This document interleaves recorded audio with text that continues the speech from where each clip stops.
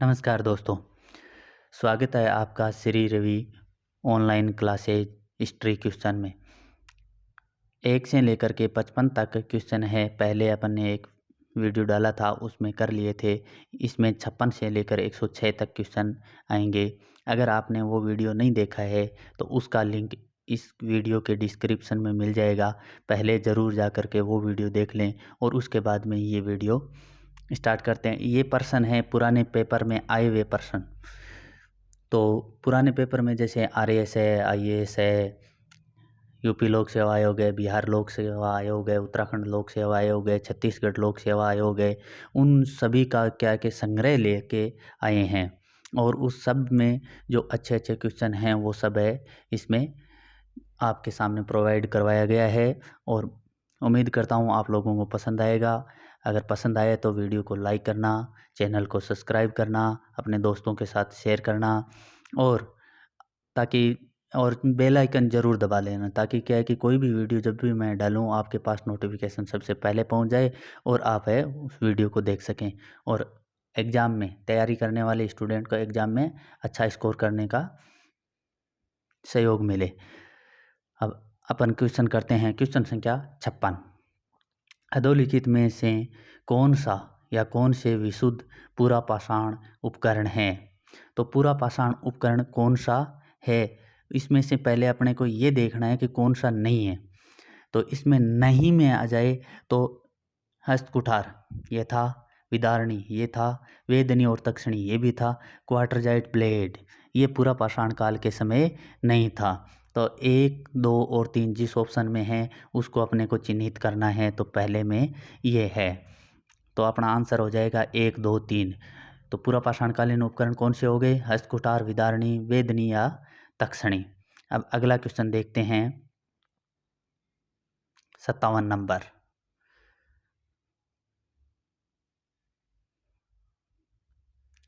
57 number question है, निम्न में से कौन सा कथन सही नहीं है? भारत में पूरा पाषाणकालीन मानव अग्नि के प्रयोग से परिचित था। पूरा पाषाणकालीन मानव पूरा पाषाणकालीन अग्नि के प्रयोग से परिचित नहीं था, यही गलत है। आगे देखते हैं। कैमूर श्रेणी एवं मिर्ज़ापुर जिले में पूरा पाषाणकालीन चित्रशाला मिली है, सही बात है। उत्तर भारत में ताम्र युग तथा आरंभिक लौह युग की पृथक पहचान की जा सकती है। हालांकि दक्षिण भारत में लौह युग योग्य नहीं है, युग पाषाण युग के तुरंत बाद प्रारंभ होता है, सही है। दक्षिण भारत में गुंटूर एवं करनूल जिलों में पूरा पाषाणकालीन कब्रें मिली है, ये भी सही है। तो अपना आंसर हो जाएगा 1 नंबर। इसमें पूछा है सही नहीं है, तो ये तीनों सही है, तो पहला एक गलत है। अब अगला क्वेश्चन है 58 नंबर। 58 नंबर क्वेश्चन है, निम्न में से किस एक स्थान से जंगली तथा बोई जाने वाली दोनों प्रकार की धान की प्रजातियों के प्राचीनतम साक्ष्य मिले हैं? 1 नंबर है आहड़, 2 नंबर है बागोर, 3 नंबर है बेलन, 4 नंबर है आजमगढ़। तो कहाँ से मिले हैं? बेलन। कहाँ से मिले हैं? बेलन से। बेलन ये नदी है और यहाँ पर एक स्थल मिला है, उसका नाम है कोल्डी हवा। ये यूपी में है, इलाहाबाद ज़िला लगता है और यहाँ पर धान के प्रमाण मिले हैं, जंगली और बोई जाने वाले दोनों प्रकार के।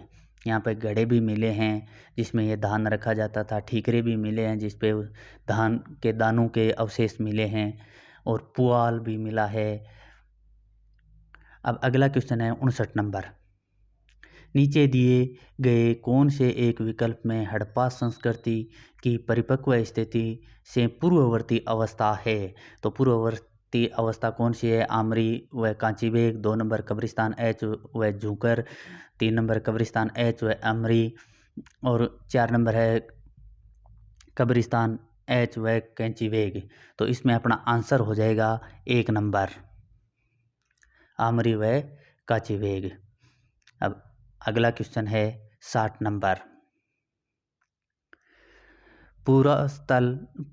पुरातत्व में स्तर विन्यास पद्धति निम्नलिखित में किसको समझने के लिए प्रयुक्त की जाती है? किसको समझने के लिए प्रयुक्त की जाती है? स्तर विन्यास पद्धति। 1 नंबर दुधारू पशुओं की सांख्यिक संपत्ति। 2 नंबर बस्ती निवासियों के शारीरिक लक्षण। 3 नंबर भौतिक अवशेषों का क्रमिक निक्षेप। 4 नंबर किसी संस्कृति के विस्तार की सीमा। तो इसमें अपना आंसर हो जाएगा 3 नंबर, भौतिक अवशेषों के क्रमिक निक्षेप का। जैसे किसी पुरास्थल की जैसे खुदाई करते हैं, वहाँ पर रेडियो कार्बन, जब जीवित प्राणी होता है तो उसमें रेडियो कार्बन 14 होता है, और जब प्राणी की मृत्यु हो जाती है तो उसमें रेडियो कार्बन 12 में परिवर्तन हो जाता है। रेडियो कार्बन 14, रेडियो कार्बन 12 में परिवर्तन हो जाता है। और जीवाश्म की आयु जब ज्ञात करते हैं तो अपन रेडियो कार्बन 12 को देखते हैं भी कितना इसका है वो निक्षेप हुआ है, और उसके आधार पर उसमें प्राणी की आयु है कितने वर्ष पुरानी है वो निर्धारित करते हैं। अब अगला क्वेश्चन है 61 नंबर, प्रागैतिहासिक कुल्हाड़ियाँ मिली है। प्रागैतिहासिक कुल्हाड़ियाँ हैं वो कहाँ से मिली है? 1 नंबर सन्नूर से। 2 नंबर अरिकामेडु से। 3 नंबर अदिचनलूर से। 4 नंबर अतीरपक्कम से। तो कहाँ से मिली है? अतीरपक्कम से। कहाँ से मिली है? अतीरपक्कम से। यह करतलियार घाटी के पूर्व में पाषाणिक स्थल है। यहाँ बड़ी संख्या में हैंडेक्स, कलीवर, फलक उपकरण प्राप्त हुए हैं। उसके बाद में अगला क्वेश्चन है 62 नंबर, नीचे दी गई संस्कृतियों का सही कालानुक्रम कौन सा है? सही कालानुक्रम है वो अपने को पता करना है। इसमें ऑप्शन 1 है अवेविली, 2 नंबर इंसुली, 3 नंबर मोस्तरी, 4 नंबर मगदालिनी। ऑप्शन 2 में देखो मगदालिनी, इंसुली, मोस्तरी, अवेविली। 3 नंबर मगदालिनी, मोस्तरी, इंसुली, अवेविली। 4 नंबर अवेविली, मोस्तरी, इंसुली और मगदालिनी। तो इसका सही आंसर है वो हो जाएगा 1 नंबर अवेविली, इंसुली, मोस्तरी और मगदालिनी। अवेविली है वो एक हस्तकुठार था, यानी और उसके नाम पर इसका नामकरण किया गया अवेविली, और यह है यूरोप में, पश्चिमी यूरोप में एक स्थल है और वहाँ पे है ये। और उसके बाद में इंसुली भी एक हस्तकुठार है और ये भी पश्चिमी यूरोप में है, और ये दोनों पूर्व पाषाणकालीन संस्कृतियाँ हैं। मोस्तरी है ये मध्य पाषाणकालीन संस्कृति है। अब अगला क्वेश्चन देखते हैं 63 नंबर। 63 नंबर क्वेश्चन है, इसमें निम्नलिखित में से कौन सा युग में सुमेल है? अब अपने को सुमेल बताना है, कौन सा क्वेश्चन है? सुमेल है। बुर्जहोम, गर्त निवास, बुर्ज होम में गर्त निवास मिले हैं, सही बात है। कोल्डी हवा, धान के अवशेष, यहाँ धान के अवशेष मिले हैं, ये भी सही है। मेहरगढ़, प्राचीनतम नवपाषाण स्थल, ये भी सही है। और उतनूर, राख के ढेर। तो चारों सही है, तो अपना ऑप्शन हो जाएगा 4 नंबर, यानी इसमें चारों सही है। अगला क्वेश्चन देखते हैं 64 नंबर। 64 नंबर में है, निम्नलिखित में से कौन सा कथन भारत के पूरा पाषाण काल के विषय में असत्य है? पहला है पूरा पाषाणकालीन स्थल मारवाड़ और मेवाड़ से प्राप्त हुए हैं, सही है। पूरा पाषाणकालीन स्थल समस्त भारत में मिले हैं, सही है। पूरा पाषाणकालीन स्थल गंगा व सिंधु के कछारों से सर्वाधिक संख्या में मिले हैं, सर्वाधिक संख्या। तो ये गलत है, और अपने को पूछा क्या गया है, असत्य कौन सा है? यही असत्य है। डीडवाना में सांगे तालाब से पूर्व पाषाणकालीन से उत्तर पाषाणकालीन सामग्री के स्तर मिले हैं, ये भी सही है। तो अपना आंसर हो जाएगा 3 नंबर। अब अगला क्वेश्चन है 64 नंबर, सॉरी 64 नंबर हो गया। अगला क्वेश्चन है 65 नंबर। 65 नंबर क्वेश्चन है, वह लक्षण जो नवपाषाण काल की विशिष्टता नहीं है। अब कौन सा नवपाषाण काल की विशिष्टता नहीं है? घर्षण एवं पॉलिश युक्त उपकरण। सही बात है, उस समय घर्षण यानी रगड़ा जाता था, ये चिकना बनाया जाता था और उसके ऊपर पॉलिश भी की जाती थी। मुख्य उपकरण कुल्हाड़ी, ये भी सही है। इंडेक्स मिले हैं। अन्न पर बढ़ती निर्भरता, ये भी सही है। धान की खेती कई जगह प्रमाण मिलते हैं। और पिछले युगों की तुलना में मृदभांड निर्माण कला में उल्लेखनीय प्रगति, ये सही नहीं है। अपना आंसर हो जाएगा 4 नंबर। अगला क्वेश्चन 66 नंबर। 66 नंबर क्वेश्चन है, नीचे दिए गए शिल्पों में से कौन सा भारत के प्रागैतिहासिक काल के लिए स्रोत सामग्री के रूप में उपयोगी है? 1 नंबर जीवाश्म, 2 नंबर हाथ की कुल्हाड़ी, 3 नंबर अस्थि अवशेष, 4 नंबर मृदभांड। नीचे दिए गए कूट का प्रयोग कर सही उत्तर चुनिए। यानी प्रागैतिहासिक काल को जानने के लिए कौन सी चीज़ें जरूरी है? जीवाश्म जरूरी है, जीवाश्म से पता चलता है। हाथ की कुल्हाड़ी, इंडेक्स भी मिले हैं। अस्थि अवशेष, ये भी सही है। मृदभांड ये नहीं है। तो अपना 1, 2 और 3 जिस ऑप्शन में है वो सही हो जाएगा। तो किस में है? 2 नंबर में। अगला क्वेश्चन कथन और कारण वाला कथन है, दक्षिण भारत के महापाषाणकालीन मृदभांडों का अंदर का रंग काला और है तथा बाहर का रंग लाल है। सही बात है। कारण, इन रंगों के मृदभांडों पर अलग से पुताई हुई है। ये भी सही है, अलग से पुताई हुई है। परंतु ये कथन है वो कारण की सही तरीके से व्याख्या नहीं कर रहा, स्पष्टीकरण सही नहीं कर रहा। तो अपना आंसर हो जाएगा 2 नंबर।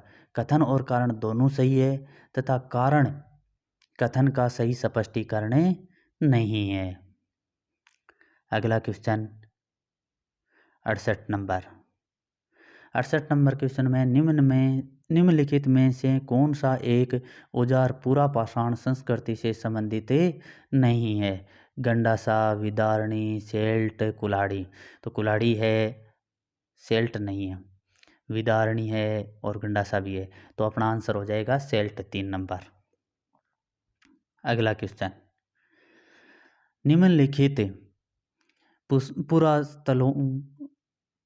निम्नलिखित पुरातात्विक स्थलों पर विचार कीजिए। 1 number Damdama, 2 number Tekkalakota, 3 number Kurnool, 4 number Nekund. उसका सही पुरावशेष कालानुक्रम नीचे दिए कुछ से चुनिए। यानी पहले जिसका कालक्रम पहले है उसको पहले, और जिसका सबसे लास्ट में है उसको लास्ट में रखना है। तो इसमें सबसे पहले आ जाएगा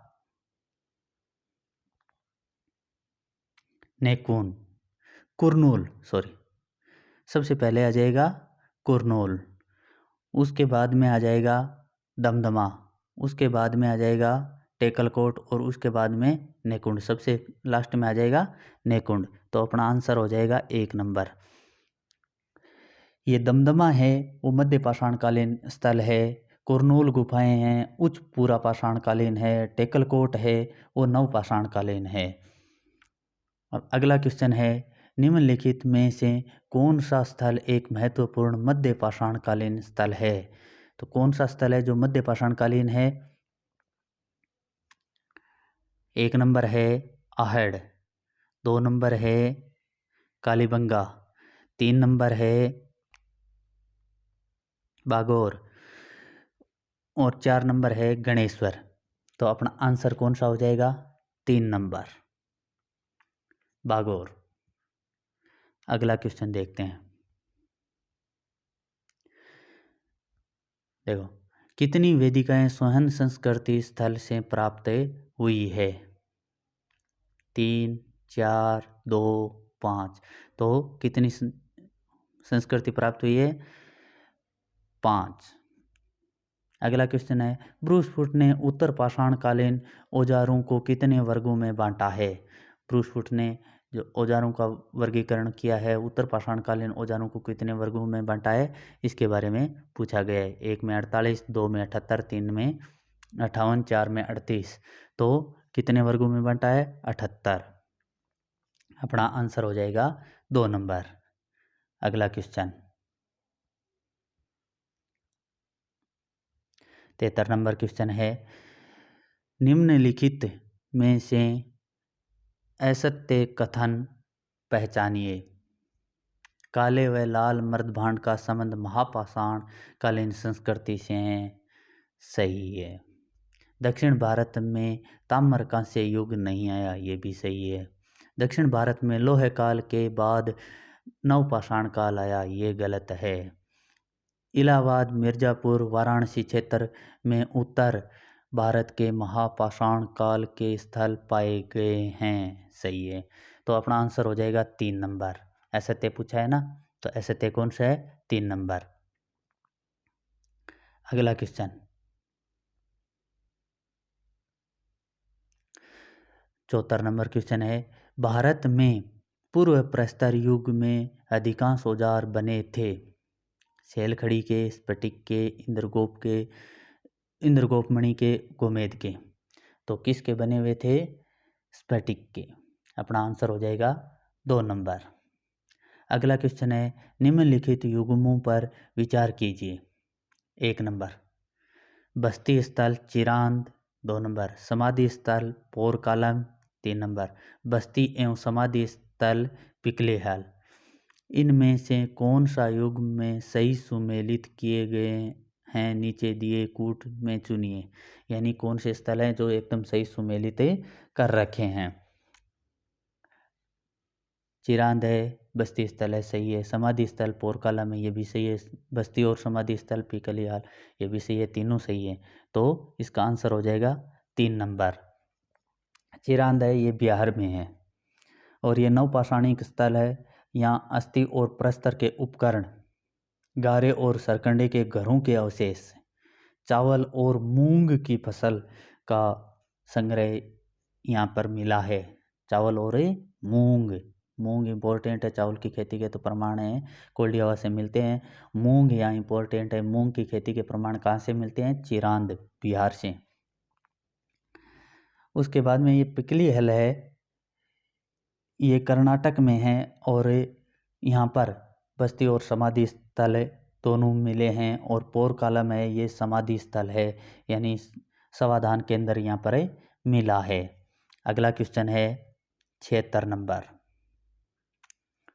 सूची दे रखी है, इसका मिलान करना है। ये 2 सूचियाँ हैं, दोनों सूचियों को मिलान करना है। एक में स्थल दे रखा है, दूसरे में संस्कृति दे रखी है और इसका मिलान करना है। स्थलों के नाम चौपानी, मांडव, कुल्ली, अतीरपक्कम, इनाम गांव। और संस्कृति है पुरापाषाण, नव ताम्रपाषाण, पूर्व हड़प्पा और मध्य पाषाण।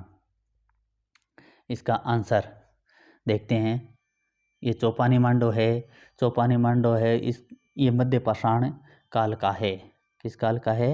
मध्य पाषाण काल का। ये लो कुल्ली है, वो पूर्व हड़प्पाकालीन संस्कृति है। अतीरपक्कम है, ये पूरा पाषाणकालीन उपकरण मिले। इनाम गांव है, ये ताम्रपाषाणी के स्थल है। तो अपना आंसर हो जाएगा 1 नंबर। कौन सा? 1 नंबर। अगला क्वेश्चन 77 नंबर क्वेश्चन है, ढक्कन में अंश टीले प्रदर्शित करते हैं। किस चीज़ का प्रदर्शित करते हैं वो देखना है। भट्टे जहाँ बर्तन पकाए जाते थे। 2 नंबर वह स्थल जहाँ वैदिक आहुति दी जाती थी। 3 नंबर वह स्थल जहाँ व्यक्तियों का अंतिम संस्कार किया जाता था। 4 नंबर नवपाषाण युग में मवेशी रखने वालों की बस्ती के अवशेष। ये 4 नंबर अपना आंसर हो जाएगा। क्योंकि नवपाषाण काल में लोग पशुपालन करते थे और उनकी बस्तियां जहाँ बनती थी वहाँ पशुओं को जहाँ रखते थे, उसका गोबर डालने के लिए एक जगह होती थी और उसके चारों ओर मेड़ बना दी जाती थी। और बाद में जब वो बस्ती खाली करके दूसरे स्थान पर जाते थे तो उसमें आग लगा देते थे गोबर में, और जब वो गोबर जल के राख का ढेर बन जाता था, उसके अवशेष मिले हैं तो उसे अंश टीला या राख के टीले या राख के ढेर भी कहा जाता है। ये दक्षिण भारत में मिले हैं। इसके कई स्थल हैं, कई परसेंट, 1-2% पहले आ चुका है और बाद में भी 1-2% हैं और भी आएंगे। अब आगे है 78 नंबर क्वेश्चन। सबसे पहले मानव सदृश प्राणी जो प्रज्ञ मानव होमोसेपियंस से प्रजातीय रूप से भिन्न था उसे सामान्यतया जाना जाता है, यानी किस नाम से जाना जाता है? इयोथ्रोपस के रूप में, सिनेथ्रोपस के रूप में, होमिनिड के रूप में, पिथेकेथ्रोपस के रूप में। तो ये किस नाम से जाना जाता है? पिथेकेथ्रोपस के रूप में। 4 नंबर अपना आंसर है वो राइट हो जाएगा। अगला क्वेश्चन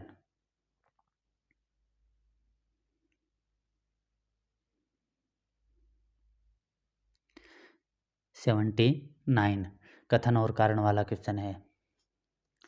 कथन है दक्षिण भारत में महापाषाणिक लोगों का कृषि ही प्रमुख व्यवसाय था। सही है। कारण उन्होंने सरोवर सिंचाई का प्रचलन किया। ये भी सही है। सरोवर से सिंचाई तो करते थे, परंतु सरोवर है ये प्राकृतिक बने हुए थे, ये इन्होंने बनाए नहीं थे। ये पहाड़ों की ढालों में निवास करते थे और वहाँ पर प्राकृतिक जो सरोवर बने हुए थे उनसे ये लोग सिंचाई करते थे। तो स्पष्ट ये कथन का है वो कारण स्पष्टीकरण सही नहीं दे रहा है, इसलिए कथन और कारण दोनों सही है, परंतु कारण कथन का सही स्पष्टीकरण नहीं है। अगला क्वेश्चन 80 नंबर। ताम्र संचय का संबंध है। ताम्र संचय का संबंध किस? 1 नंबर दे रखा है गैरिक मर्दभांड से, 2 नंबर काले व लाल मर्दभांड से, 3 नंबर चमकीले लाल मर्दभांड से, 4 नंबर चित्रित धूसर मर्दभांड से। तो किससे हैं? 2 नंबर अपना आंसर हो जाएगा। 2 नंबर काले और लाल मर्दभांड से। अब 81 नंबर प्रश्न है प्राचीनतम कलाकृतियों का प्रमाण संबंधित है। 1 नंबर निम्न पूर्व पाषाण काल से, 2 नंबर मध्य पूर्व पाषाण काल से, 3 नंबर उच्च पूर्व पाषाण काल से, 4 नंबर मध्य पाषाण काल से। तो प्राचीनतम जो कलाकृतियाँ हैं वो निम्न पूर्व पाषाण काल से संबंधित है। अगला क्वेश्चन 82 नंबर। निम्न पूर्व पाषाण काल के मानव के बारे में निम्नलिखित में से कौन सा कथन सही है? सही पूछा गया है। तो 1 नंबर है वह पोलिसदार कुल्हाड़ियों का प्रयोग करता था। नहीं, पोलिसदार कुल्हाड़ियों का प्रयोग वो है नहीं करता, नवपाषाण काल में आकर के करना लगता है। वह पशुपालक था। ये पशुपालक भी नहीं था। ये मध्य पाषाण काल के अंतिम चरण और नवपाषाण काल के समय लगभग पशुपालन करना शुरू करता है। उसके बाद में वह लघु पाषाण उपकरणों का प्रयोग करता था। लघु पाषाण उपकरणों का प्रयोग मध्य पाषाण काल में है, ये भी गलत है। वह कोर उपकरणों का प्रयोग करता था, ये सही है। जब पूरा पाषाण काल को 3 भागों में बांटा जाता है, निम्न पूरा पाषाण काल, मध्य पूरा पाषाण काल और उच्च पूरा पाषाण काल, तो इनके तीनों के अलग अलग प्रकार के उपकरण थे। निम्न पूरा पाषाण काल है यहाँ कोर, मध्य पूरा पाषाण काल है उसमें फलक, और उच्च पूरा पाषाण काल है यहाँ ब्लेड संस्कृति थी। और इस प्रकार के जो कोर है, फलक है और ब्लेड है, इस प्रकार के उपकरण हैं वो मिलते थे। अगला क्वेश्चन है 83 नंबर। 83 नंबर में पूर्व पाषाण कालीन मानव का मुख्य धंधा था। पूर्व पाषाण कालीन पशुपालन उस समय नहीं करता था, कृषि खेती भी नहीं करता था, शिकार करता था। तो आंसर हो जाएगा 3 नंबर मिट्टी के बर्तन। मिट्टी के बर्तन भी बाद में बनने शुरू होते हैं, तो अपना आंसर हो जाएगा 3 नंबर शिकार करना।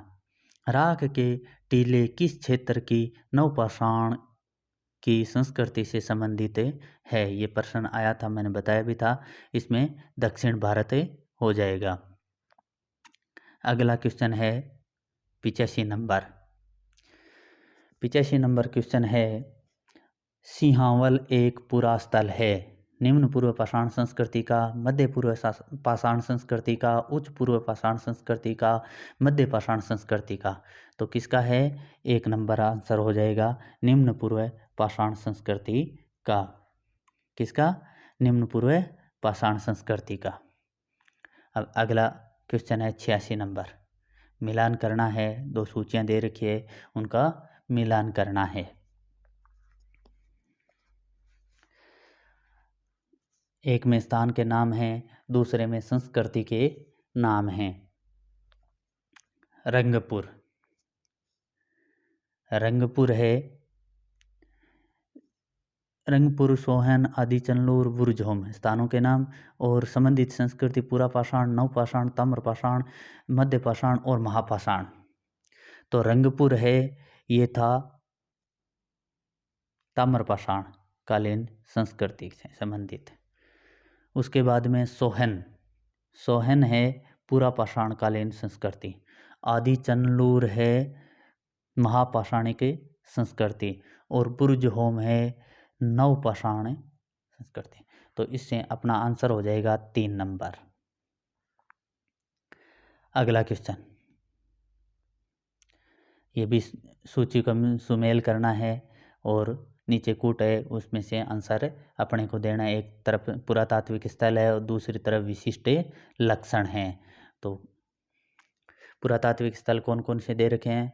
ब्रह्मगिरी, कुपगल, बुरजहोम, आदि चंदलूर। और जो विशिष्ट लक्षण हैं वो दे रखे हैं, मध्य पाषाण उपकरण, गृत निवास, कलश समाधान, महापाषाण उपकरण, राख के टीले। तो ब्रह्मगिरी, ब्रह्मगिरी है वो महापाषाण उपकरण 4 नंबर में। कुपगल, ये कुपगल है, यहाँ पे राख के ढेर। बुरजहोम, बुरजहोम में गृत निवास। आदि चंदलूर, आदि चंदलूर में है कलश समाधान। तो अपना आंसर हो जाएगा 1 नंबर। अगला क्वेश्चन है, इसमें भी सूचियों का सुमेल करना है। सूची दे रखिए, एक तरफ है पुरातात्विक स्थल, दूसरे तरफ है संबंध संस्कृति, यानी कौन सी संस्कृति से संबंधित है। स्थल का नाम है वीर भानपुर, उज्जैन, कायथा, आहड़। ये बना संस्कृति नहीं है, बनास संस्कृति है, सह नहीं लिखा हुआ है। बनास संस्कृति 2 नंबर ताम्र निधि, 3 नंबर गैरिक मर्दबाण परंपरा, 4 नंबर लघु पाषाण उपकरण।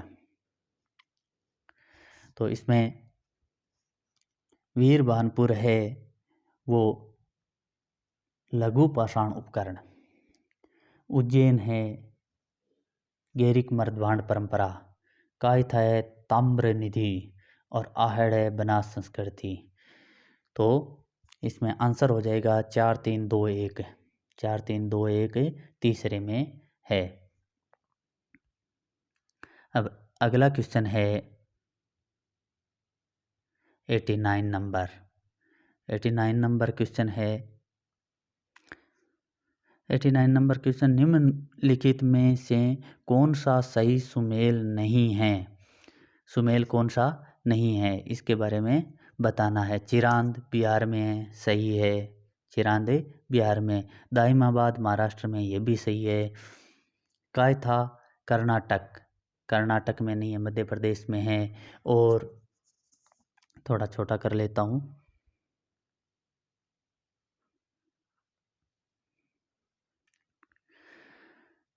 पांडुराजार डीबी है, ये बंगाल में है, ये भी सही है।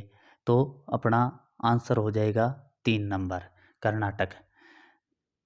कायथा कर्नाटक, ये गलत है। कायथा है वो मध्य प्रदेश में है।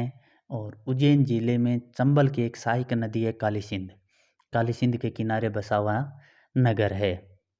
उसके बाद में 90 नंबर क्वेश्चन है, भारतीय उपमहाद्वीप में पालतू भैंस के प्राचीनतम साक्ष्य कहाँ से प्राप्त हुए हैं? राखीगढ़ी से, मेहरगढ़ से, मोहनजोदड़ो से, धोलावीरा से। तो कहाँ से प्राप्त हुए हैं? मेहरगढ़ से। पालतू भैंस के प्राचीनतम साक्ष्य मेहरगढ़ से प्राप्त हुए हैं। अब अगला क्वेश्चन है 91।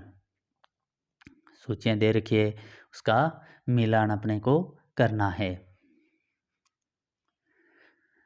एक तरफ तो स्थल दे रखे हैं, दूसरी तरफ संबंध संस्कृति, यानी कौन सी संस्कृति से संबंध है।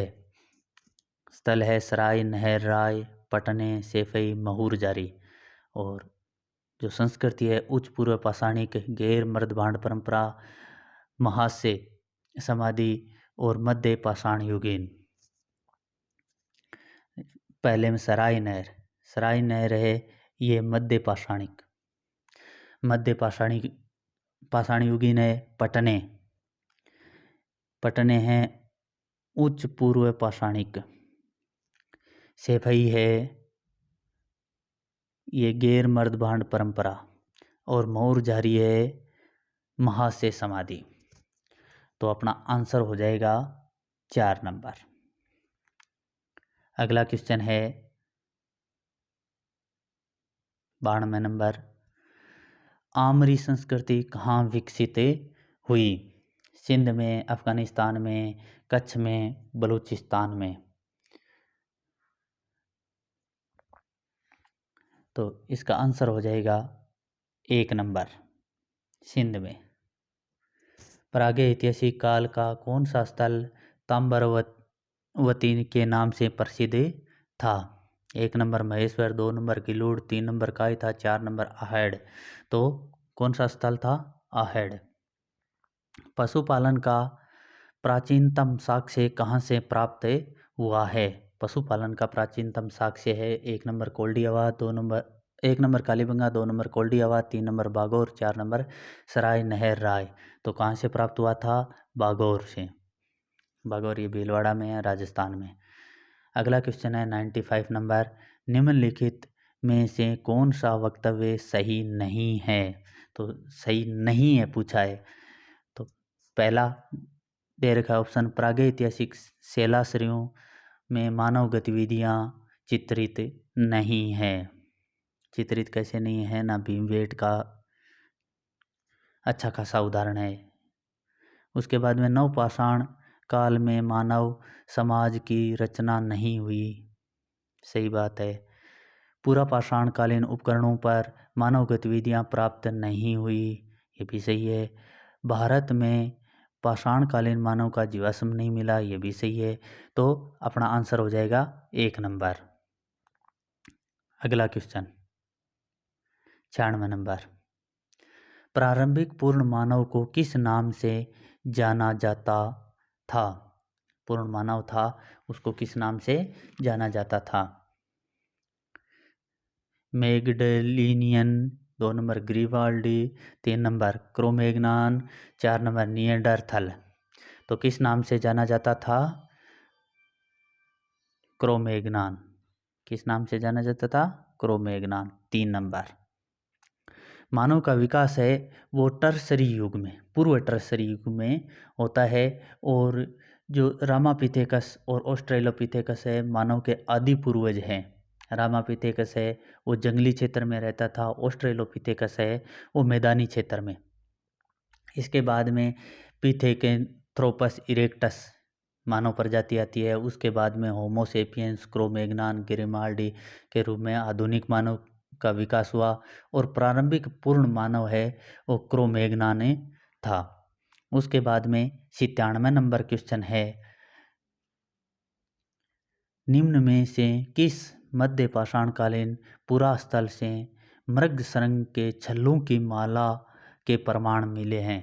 यानी हिरण के सींग है, उनके छल्लों की माला है, किस स्थान से मिली है? 1 नंबर महदवा से, 2 नंबर सराय नहर राय से, 3 नंबर दमदमा से, 4 नंबर पटने। तो कहाँ से मिले है? पटने से। अब अगला क्वेश्चन है 98 नंबर। प्रारंभिक स्तंभ गर्त पाए गए हैं सराय नहर राय व महदवा से, बागौर से, आदमगढ़ से, उपरोक्त सभी से। तो इसका आंसर हो जाएगा 1 नंबर, सराय नहर राय और महदवा से। 99 नंबर क्वेश्चन है, ताम्रपाषाण मालवा संस्कृति के अवशेष निम्न में से कहाँ प्राप्त हुए हैं? 1 नंबर ऑप्शन है भीमबेटका और मंदसौर, 2 नंबर आहड़ और गिलूड से, 3 नंबर सतना और रीवा से, 4 नंबर नवदा तोले और महेश्वर से। तो इसमें अपना आंसर हो जाएगा आहड़ और गिलूड से। अगला क्वेश्चन 100 नंबर क्वेश्चन, गंगा घाटी में चावल के प्राचीनतम प्रमाण प्राप्त हुए हैं। पहली सहस्त्राब्दी ईसा पूर्व, दूसरी सहस्त्राब्दी ईसा पूर्व, तीसरी सहस्त्राब्दी ईसा पूर्व, चौथी सहस्त्राब्दी ईसा पूर्व।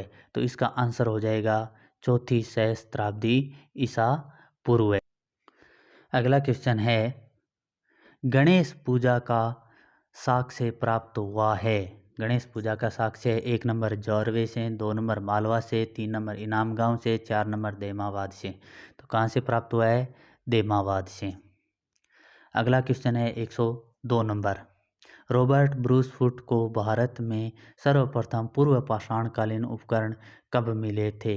1 नंबर है 1860 में, 2 नंबर है 1863 में, 3 नंबर है 1873 में, 4 नंबर है 1878 में। तो कब मिले थे? 1873 में। अब अगला question 103 number question. 103 number question है, निम्न में से कौन सा एक युग्म सही सुमेल नहीं है? तो सुमेल नहीं है ये पूछा गया है। बागोर सूक्ष्म पाषाण उपकरण, तो सही सुमेल है। बाद में कालीबंगा दुर्गीकरण, ये भी सही है। गणेश्वर काले चमकीले मर्दभांड बैराट बौद्ध विहार, तो गणेश्वर काले चमकीले मर्दभांड ये सुमेल नहीं है। अगला क्वेश्चन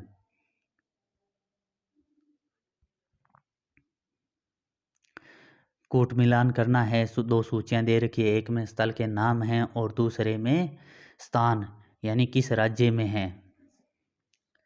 पहला है लंगनाज। लंगनाज है ये कौन से राज्य में है? गुजरात में। बाद में है टेरी समूह, ये है तमिलनाडु में। टेरी समूह तमिलनाडु में। सराय नहर राय है यूपी के अंदर उत्तर प्रदेश में। और आदमगढ़ है ये एमपी में मध्य प्रदेश में। तो अपना आंसर हो जाए 1 2 4 3, 2 नंबर आंसर अपना सही हो जाएगा। अब अगला क्वेश्चन है, ये 104 105 था, गलती से 6 लिख दिया है, कोई बात नहीं। 105 नंबर, नीचे वाला 106 नंबर। 105 नंबर क्वेश्चन है,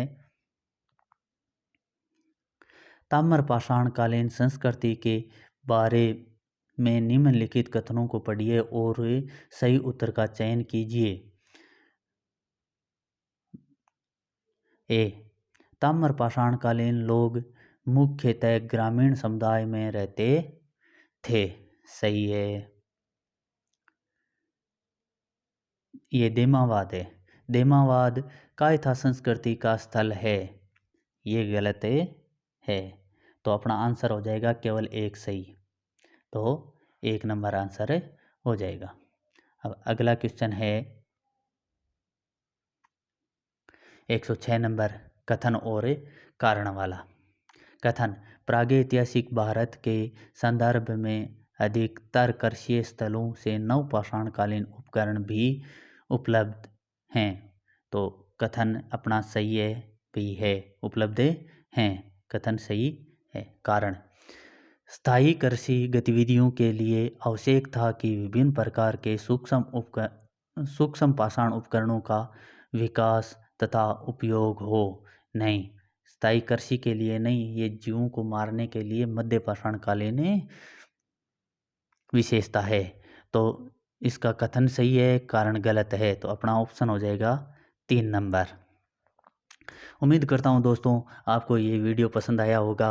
अगर वीडियो पसंद आया तो चैनल को लाइक कीजिए, सब्सक्राइब कीजिए और बेल आइकन ज़रूर दबाइए ताकि अगला वीडियो है आपके पास सबसे पहले पहुँचे। और अपने दोस्तों के पास वीडियो है शेयर कीजिए जिससे उनको भी फ़ायदा मिले और अच्छे अच्छे क्वेश्चन अब ये पाषाण काल है, इसके 106 क्वेश्चन प्रोवाइड करवा चुका हूँ। अब हड़प्पा सभ्यता है, उसके वीडियो डालूँगा और सबसे पहले आपके पास आए इसके लिए आप बेल आइकन ज़रूर दबाइए और चैनल को सब्सक्राइब कीजिए। धन्यवाद।